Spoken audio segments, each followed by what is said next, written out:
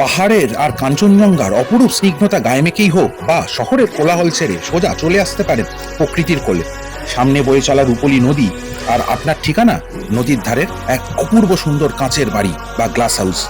সকালটা শুরু হোক কাঁচের দেওয়াল দিয়ে আসা নরম রোদে, চায়ে চুমুক দিতে দিতেই দেখুন নদীর শান্ত রূপ।